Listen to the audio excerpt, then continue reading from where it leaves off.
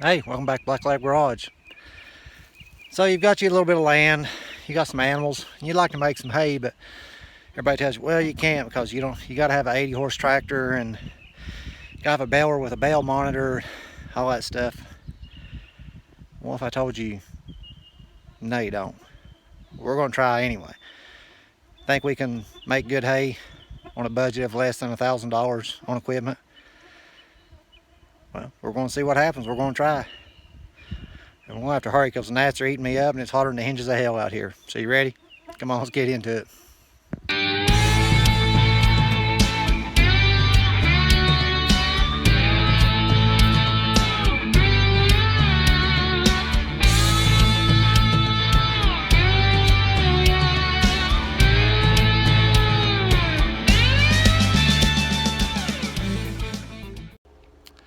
Well, the first thing you need is a way to mow the hay. Now, normally I use a hay bind, but I was helping a neighbor mow, and my hay bind cuts 10 foot at a time, and his cuts 7. And I had to go across a bridge to get to the last field, and I said, "Are you sure I'm okay to cross that bridge with mine?" Yeah, you're good. Well, the tires stayed on the bridge, but the problem was the outside of the bridge on the right side broke, and my hay bind fell down. It broke some of the undercarriage underneath it, so no hay bind right now. So instead, this is an old Ford 501 sickle mower. This one has a 7-foot bar on it because they came in 6 and 7 foot. And well, this is how people did it for years before hay binds, disc mowers, and drum mowers and all that stuff come along. I mean, they work. There's a little more aggravation, but not too bad. As long as you got good knives and good guards, you know, as long as the knife's sharp. I mean, all the land around here is straight up and down anyway, so you can't go but so fast regardless of what you're mowing with, so they'll go about as fast as you need to go. I gave $150 for this one, so there's the first essential piece of budget hay equipment. So let's put it to use. Oh, and I almost forgot, I have the sickle mower hooked to my old trusty 135 Massey diesel. Probably one of the handiest, well, no doubt it was the handiest because it was one of the best selling tractors they ever built. And actually, one country overseas are actually reproducing these. They are that popular even to this day.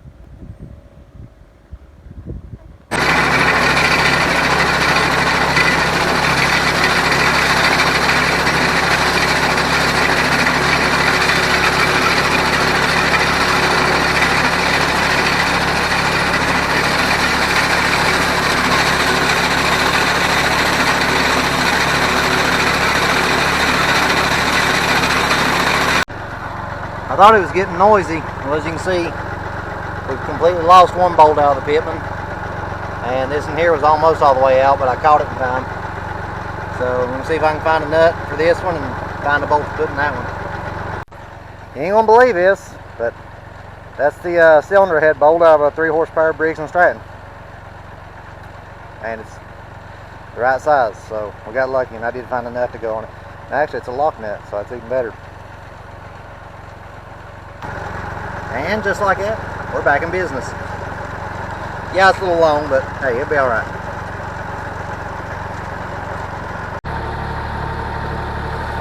And now this pivot rod split in half. Luckily, I do have an extra. If anybody's ever messed with a sickle mower knows you always carry extra pivot rod. And we are back in business yet once again. So, let's go try it again. I'd say more than likely what will happen when these bolts come out, the pitman rod started doing that, and we'd put the pressure on it up here and cause it to split. More than likely that's what happened. And I ain't got no lies to tell you. I'm wore out. I'm going to the house. I've been up since 4 o'clock this morning. It's like 9 o'clock now. So, we'll do this other field tomorrow. So I'll see you then. Now on day 2 of mowing.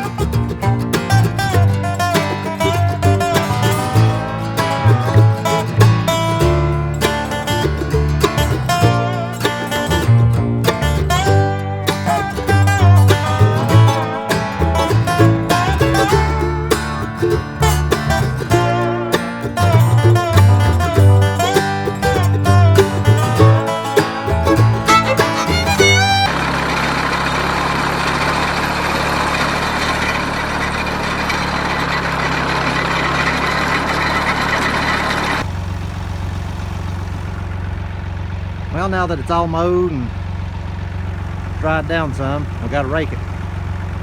What we're going to rake it with? We're going to rake it. This is a Massey Ferguson number 20 hay rake. It's a 7 foot wide.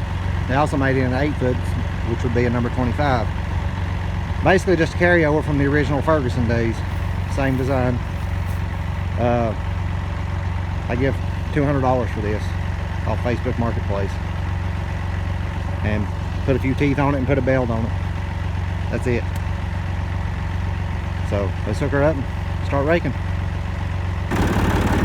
Now, one thing you want to be careful of when using a Massey Ferguson or Ferguson rake, down here in your PTO selector, Ferguson and Massey Ferguson rakes were meant to run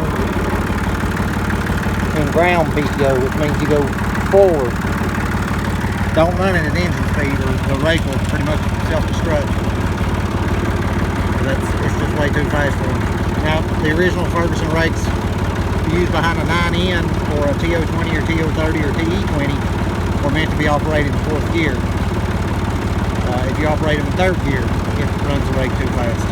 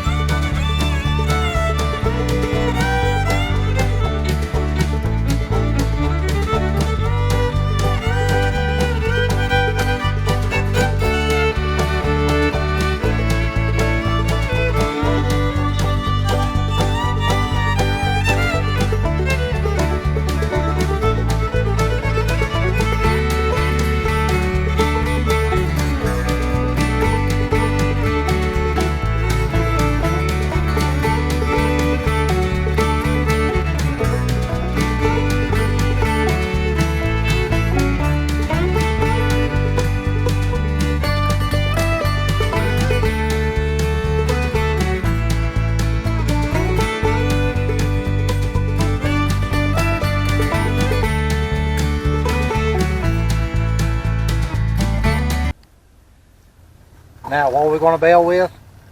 Well, this is the Massey Ferguson 450, otherwise known as the infamous Premier 504C. You'll hear a lot of people cuss these balers, but they work. There is a learning curve with them because it's an older closed throat baler, but they're simple. And if you got them set up right and your haze is right, they work. Most of the problems are caused because people don't have them set up right, or their haze either too wet or too dry.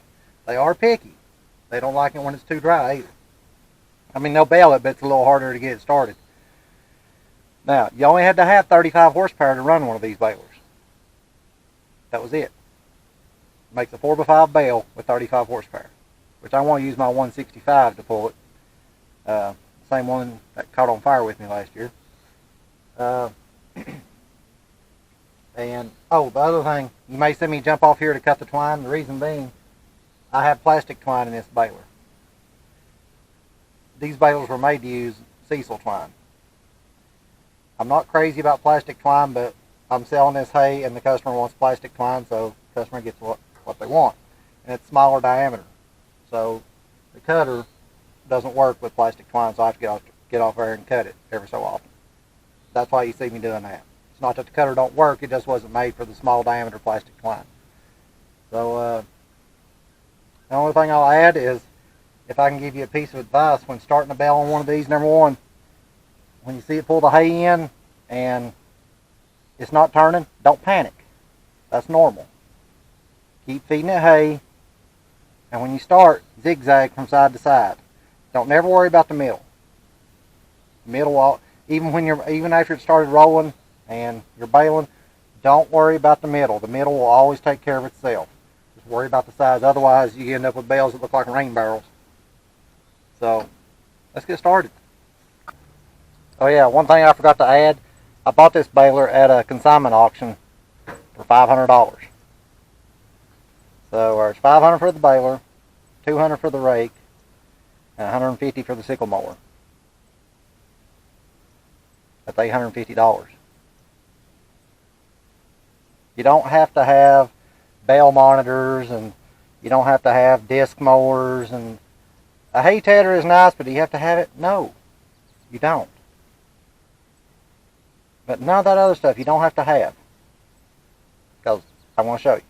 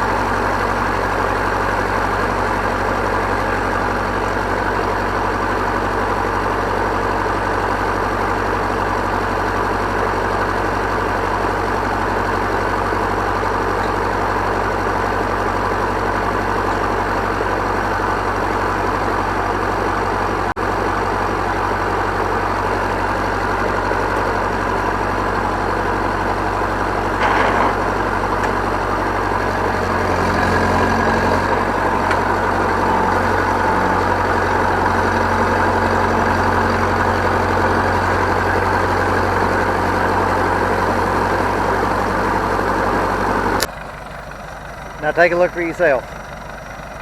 What's wrong with that bale? Like I said, no bale monitors, no. That's a manual tie. There's no electric tie, or some have hydraulic tie. Nothing fancy.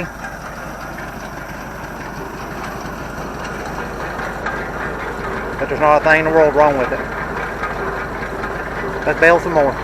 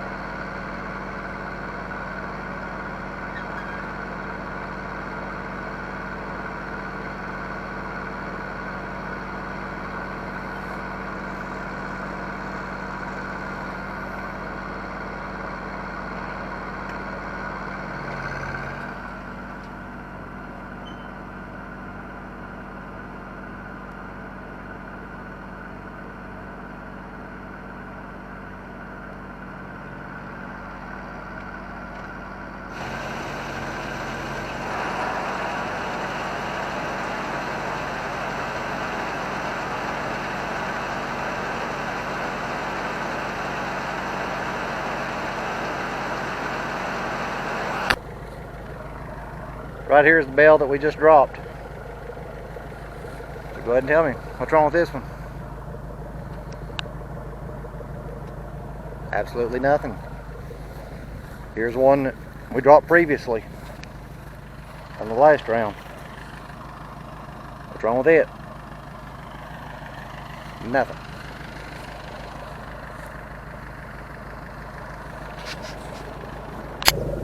That's why I'm telling you, you don't have to have really high dollar equipment to make good hay. And this just proves it. And there's the last bale of the first cutting. Little half bale, of course. You know, you have to tie them and dump them. So, we're done.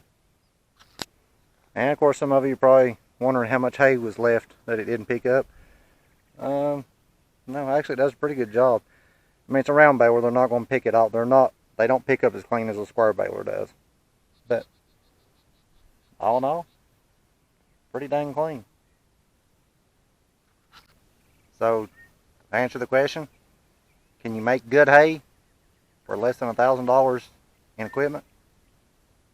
Absolutely you can. I just proved it. Yeah. So the only thing we got left to do now is load it up for the customer.